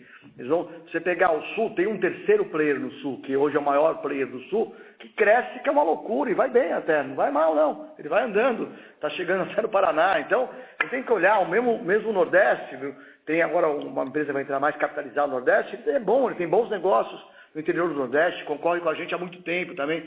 Então, não acho que tenha mudança de cenário tão forte para a gente vai continuar crescendo no Brasil inteiro, com eles. Eu não acho que vai ser uma loucura que foi 13 e 14 com ativos de muita baixa qualidade. Acho que 14 e 15, acho que eles aprenderam, vão buscar fazer melhor, tá? Não tenha dúvida, vão buscar nichos que vão, e nós vamos aprender com eles também. Então, acho que é normal, as empresas que estão concorrendo aqui, pensa que a Abrafarma tem metade do mercado, né? Tem mais um monte de coisa, de gente abrindo que a gente pode conquistar, tá vendo? Tem várias pequenas redes aí que tem mercados que a gente pode entrar com força. Super claro, pessoal. Deixa eu fazer uma outra pergunta a respeito de margem por canal, né? A gente viu o digital ganhando relevância, então se vocês puderem encaminhar para a gente, se vocês veem uma diferença de margem muito grande nesse canal ou não, ajudaria. E o último ponto, talvez, para o Marcílio, eu queria entender, Marcílio, nessa nova ideia não nova, né, mas nessa ideia da farmácia virar um hub de serviços, eu queria entender se tem alguma oportunidade aqui que o Covid trouxe, eventualmente, né, que deu um empurrão um pouco maior para essa qualidade de serviço, essa quantidade de serviços oferecido na farmácia. Se faria sentido a gente pensar na própria farmácia oferecendo uma telemedicina em loco, ou se isso é algo muito distante? Obrigado. Eu acho que vamos do primeiro, da margem do canal. A Georgina pode me ajudar aqui, né? Mas pensa que já 80% da venda do digital, que falam digital, né? Já sai da loja. Então já está lá, é o preço da loja, um pouco mais barato aqui, a gente não vê nenhuma grande diferença. Tem sim já um começo de uma competição maior pelo preço do frete, principalmente por causa desses aplicativos, aí o dinheiro que veio para os aplicativos, que eles fazem cashbacks, tudo. Então, é mais no preço do frete que nós estamos competindo e estamos andando. Então, não acho que vai ser um sangue imenso o preço da internet, tá? Mesmo porque o cliente vai usar os dois canais com muita força, vai na loja, na internet. Tudo caminha para a gente ter o preço do cliente, tá, Vitor? Então, o cliente vai, a gente já estamos entrando com a Univers no aplicativo, o cliente vai poder se logar para ter o preço dele normal, que é o preço que ele tem na loja normalmente. Então, isso é o futuro, tá? Sobre o hub de serviços, se a gente olhar para a farmácia do passado... Desculpa, Georgina, fica à vontade. Do digital, e aí você entra com o serviço. De novo, o pilar aqui são as 2.100 e tantas lojas em 23 estados. Tá? E vamos lembrar o seguinte, antes da pandemia, 40% a 50% dos pedidos eram compra e retire, que tem custo zero de logística a mais. A própria entrega de vizinhança, que entrou muito forte, como a gente usa a própria equipe de loja no raio imediato, é pouco o custo a mais que tem. Onde você tem um pouco mais de despesa de entrega é quando você tem que entregar de moto, e é aí que está a briga. Mas no resto, que é a maior parte, que é a soma do compra e retire com a entrega de vizinhança, isso não é problema. E, de novo, a loja é a resposta, por quê? Porque nós não precisamos comprar demanda. Alguém que não tem a presença que a gente tem, se quiser crescer no digital, vai ter que usar Google para comprar demanda, e aí é o sócio mais caro que você tem, e vai ter que entregar tudo motorizado. A gente não tem esse custo de muito pouco de mídia social, e a entrega motorizada vai ser um pedaço só da entrega total, e todo o resto não gera onerosidade. Aluguel de loja é bem mais barato que Google, viu? Podem fazer conta. Para cá, para trazer cliente. Tá, sobre a Farma, o Hub Serviço, porque a gente tem que olhar para a farmácia do passado, né? Como é que era esse negócio no passado? No passado, a farmácia tinha uma importância mais clara na saúde da comunidade, no cuidado da comunidade, no cuidado primário da comunidade onde ela vivia. A gente via isso, tem exemplos aqui dentro da empresa de farmacêuticos históricos da empresa que cuidava e a pessoa fazia fila dentro da loja para poder ser atendido por ele, tá? Tinha um aqui, o Júlio Araraquara, como é que chamava? Fulano de Oliveira. Isso, e a gente vê esses exemplos ainda pelo Brasil, viajando, a gente vai em Drogasil, em Uberaba, tem um colega nosso lá, que é em Uberlândia, um colega que está lá, que é uma loucura, todo mundo adora. Então, essa era a farmácia no passado. Por algum motivo, a farmácia ela foi virando mais um varejo clássico, que na nossa visão perde um pouco da essência e perde um pouco também de como pode ajudar a saúde nesse momento que o contexto de saúde é tão pensado, tão vivido para todo mundo, tá? Então é nesse contexto que a gente enxerga o Hub de Saúde. Então é uma vacina, é fazer um teste, nós já estamos com um teste laboratorial remoto em loja, é poder entender como é que aquela prescrição, o cliente tem que tomar o medicamento, um cliente recebe uma notícia que ele é um diabético, vai ter que começar a tomar insulina. Será que a primeira insulina que ele aplica é fácil, gente? Será que a farmácia não pode ajudar essa pessoa nesse momento? Não pode ajudar o momento de poder, para uma criança, tomar o hormônio de crescimento com a família lá? Então você tem tanto serviço que a gente pode fazer na farmácia e preparar esses farmacêuticos ósseos que dá para evoluir com muita força. E pode chegar até algum momento ter algum nutricionista na loja, poder ajudar a pessoa a se alimentar melhor. Podemos pensar nisso no futuro. E a telemedicina pode ser um jeito de atender isso. Não precisa ser telemedicina, pode ser um teleatendimento, né? Concorda, Victor? Não precisa ser telemedicina. Eu fazer um teleatendimento que a pessoa consiga falar com o farmacêutico nosso para saber como é que ele toma. Então, tudo isso está na mesa, tá? Nós estamos olhando para tudo isso, sempre usando com muita inovação, sempre usando muito digital e sempre pensando em como essa farmácia já foi importante na saúde das pessoas no passado e pode voltar a ser para o futuro também. Fazer isso é para cuidar do cliente. Está no nosso propósito, tá? É cuidar da saúde e do bem-estar das pessoas em todo o mês da vida. É por isso que nós vamos fazer isso. Aí que a gente acha que tem um negócio para nós. Ok, Vitor? Obrigado, Marcílio e Eugênio. Nossa próxima pergunta vem de Tiago Bertolucci, do Goldman Sachs. Por favor, Tiago, pode prosseguir. Oi, Marcílio e Eugênio, bom dia a todos. Obrigado por pegar a nossa pergunta. A gente tem uma com relação à margem bruta. É correto pensar que, dado o nível de estoque mais elevado que vocês estão rodando, o impacto da pré-alta na margem agora no terceiro tri poderia ser maior que os 40 basis do ano passado? Tiago, eu não vou dar guidance, tá? O que existe, sim, é um pedaço dessa pré-alta que migrou pro terceiro tri, entendeu? Então, mas não vou dar guidance, até porque nem não lembro nem qual foi o impacto residual da pré-alta na margem do ano passado. Então, sobretudo, de falar de pré-alta, tem um monte de moving parts. Mas, claramente, isso vai ajudar na margem do terceiro tri. Nós temos um shift de um pedaço dessa margem que deveria ter acontecido no segundo para o terceiro. Ok. Obrigado, gente.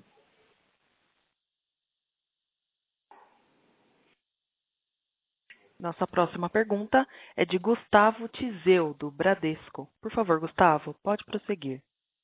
Obrigado, pessoal. Bom dia. Bom dia, Marcílio. Bom dia, Eugênio. Acho que são duas perguntinhas aqui. Uma explorando um pouco mais o canal digital. Acho que vocês explicaram bem no release, ficou bem interessante. Mas eu queria saber um pouquinho se vocês têm como quebrar um pouco por região, como que está esse crescimento. Tem lá entre 2% e 20%, vocês colocam, mas se tiver como quebrar um pouquinho por região. E entender um pouquinho mais sobre como que está a entrega motorizada, se vocês têm um parceiro específico, se vocês buscam por região. E quais seriam os próximos passos, por exemplo. Vocês hoje estão vendendo por canal digital, você tem o Click Retire, você tem esse tipo de produto, mas um próximo passo seria tipo mapeamento de cliente quanto aos hábitos, alguma coisa mais próxima para conseguir ter uma venda um pouco mais interessante direcionada para o cliente. E uma segunda pergunta é quanto aos fechamentos de loja. A gente viu aí que não teve fechamento de lojas esse trimestre, o fechamento de lojas do trimestre passado por 5. Está tendo alguma segurando um pouco de fechamento de loja, até porque a crise deixa um pouco mais nebulosa a situação, que a gente pode ver talvez um maior fechamento no final do ano ou mesmo no começo do ano que vem, só para a gente tentar entender um pouco da situação de fechamento de loja. Aí, vou começar pelo final aqui de fechamento de loja.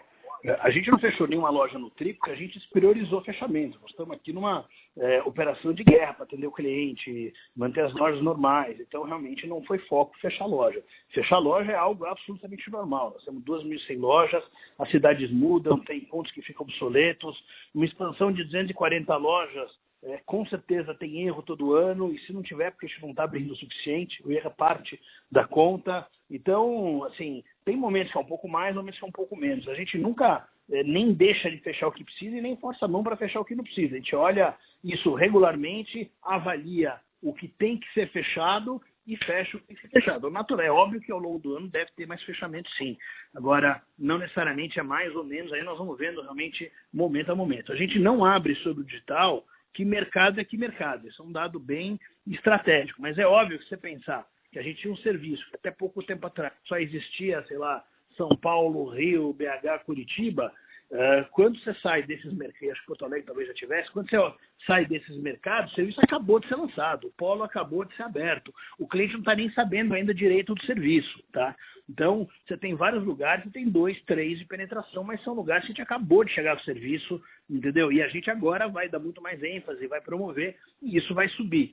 E aí tem boa parte dos mercados, onde a gente tem o número relevante de mercados, que a gente tem double digit, que eram realmente mercados onde já tinha uma herança do serviço, mas que a gente agora aprimorou, colocou entrega de vizinhança, ampliou raio de entrega, etc, etc, etc. E aí, como exemplo, eu falo que o top tem quase 20%, mas também é o top de penetração digital, né? Também não prefiro não falar em qual mercado que a gente tem. O meu ponto é o seguinte: qualquer uma das redes dos meus concorrentes são todos hoje regionais, alguns regionais um pouco de nacional, outros regionais puros. Então, é muito difícil comparar esse número de quem está em 23 estados e acabou de lançar o serviço em algum, com quem é muito forte em um lugar ou dois e que já tem o serviço há muito tempo. Então, por isso que a gente traz o exemplo do 20, porque aí eu acho que é mais comparar maçã com maçã.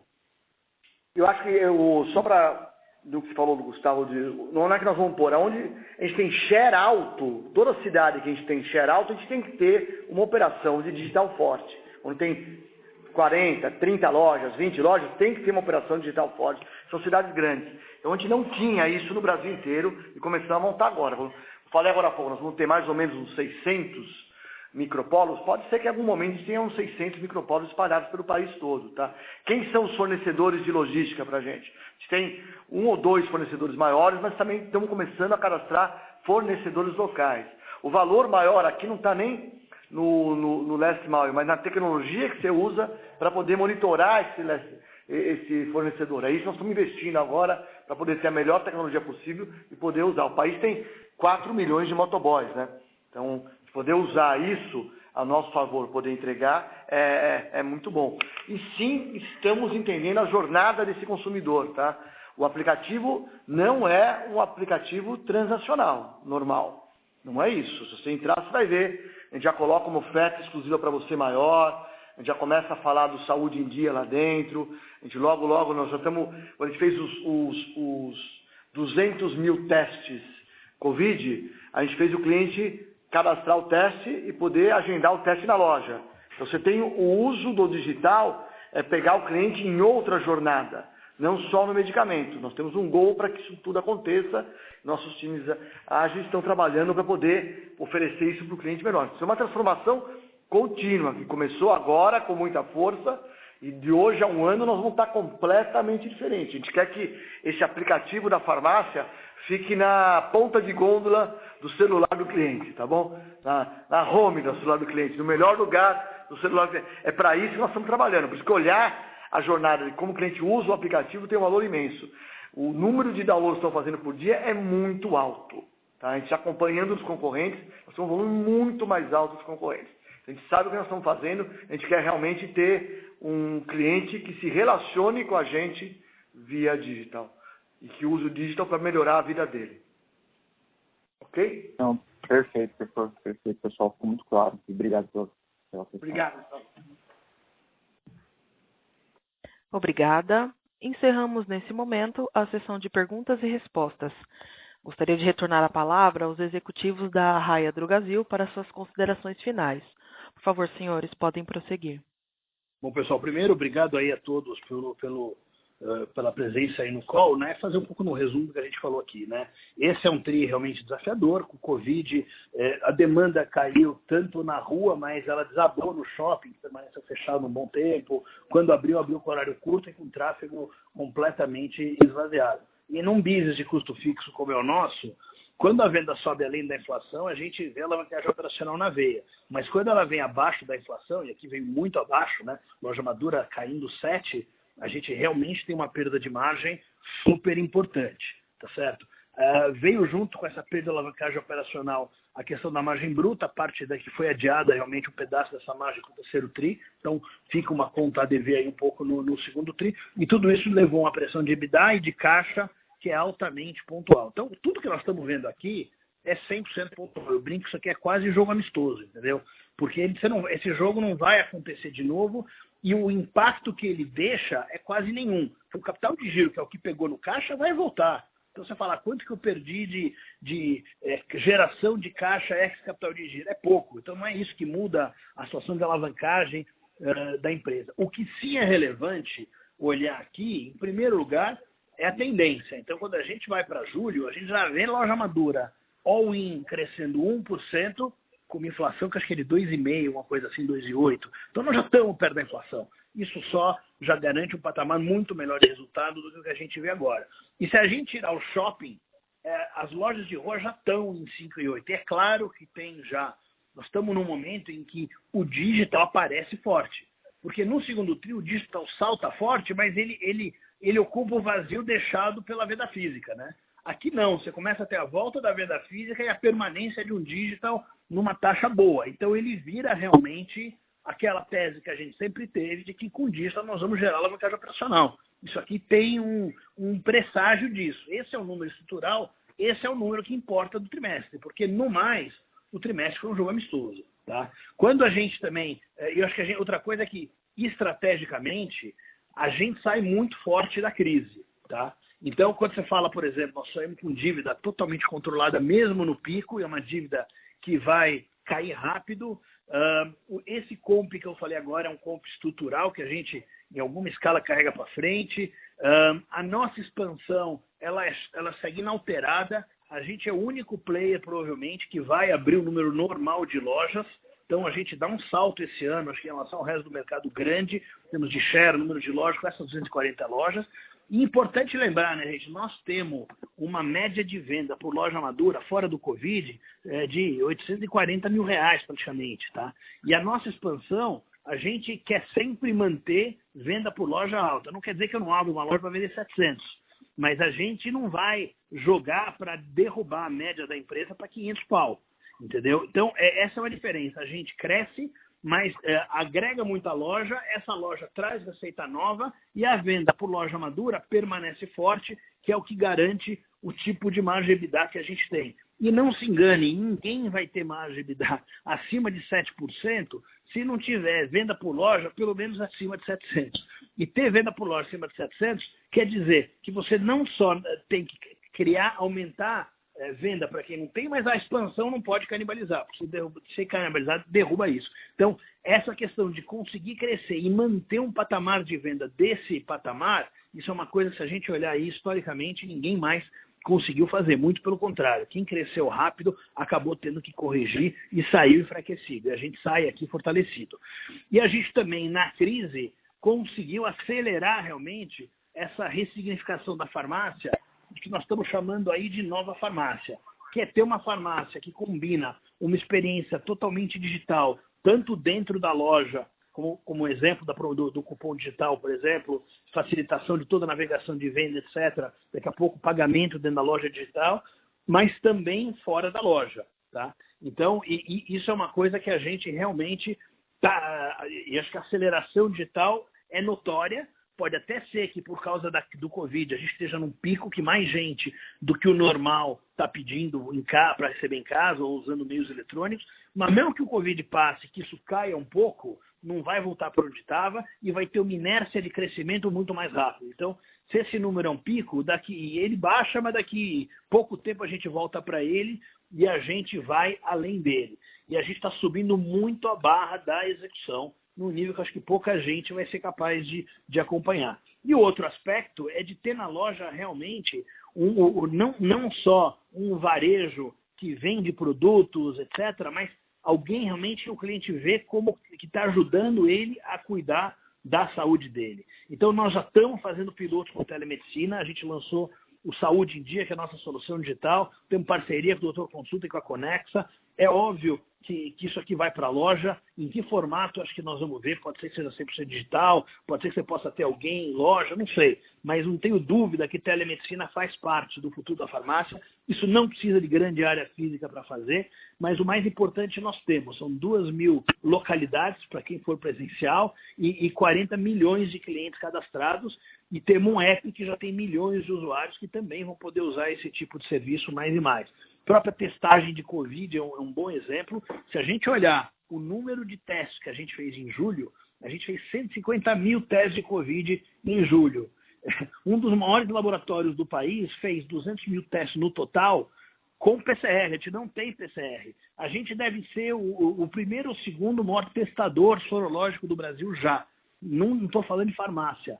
De farmácia teve metade do share da Abrafarma nesse período. Estou falando realmente na cadeia de saúde, da gente começar a ter um papel já aqui diferente. E fica esse legado. O teste do Covid vai permanecer com a gente ainda por um bom tempo. Tem outros testes começando a acontecer. Conforme o cliente vai sentindo essa mudança da farmácia, o próprio comportamento de compra vai andar de encontro à transformação que a gente está fazendo, tá certo? Então é isso, eu queria realmente agradecer muito aí a presença de vocês. A gente sai muito forte dessa crise em todas essas dimensões, com uma execução digital acelerada, com uma loja que volta para o passado no bom sentido, em termos de ser referência de saúde para as pessoas. E isso é só o começo, acho que tem muito mais coisa aí para acontecer, que a gente vai falando aos poucos. Muito obrigado. O Conference Call da Raia Drogasil está encerrado. Agradecemos a participação de todos e tenham todos um bom dia.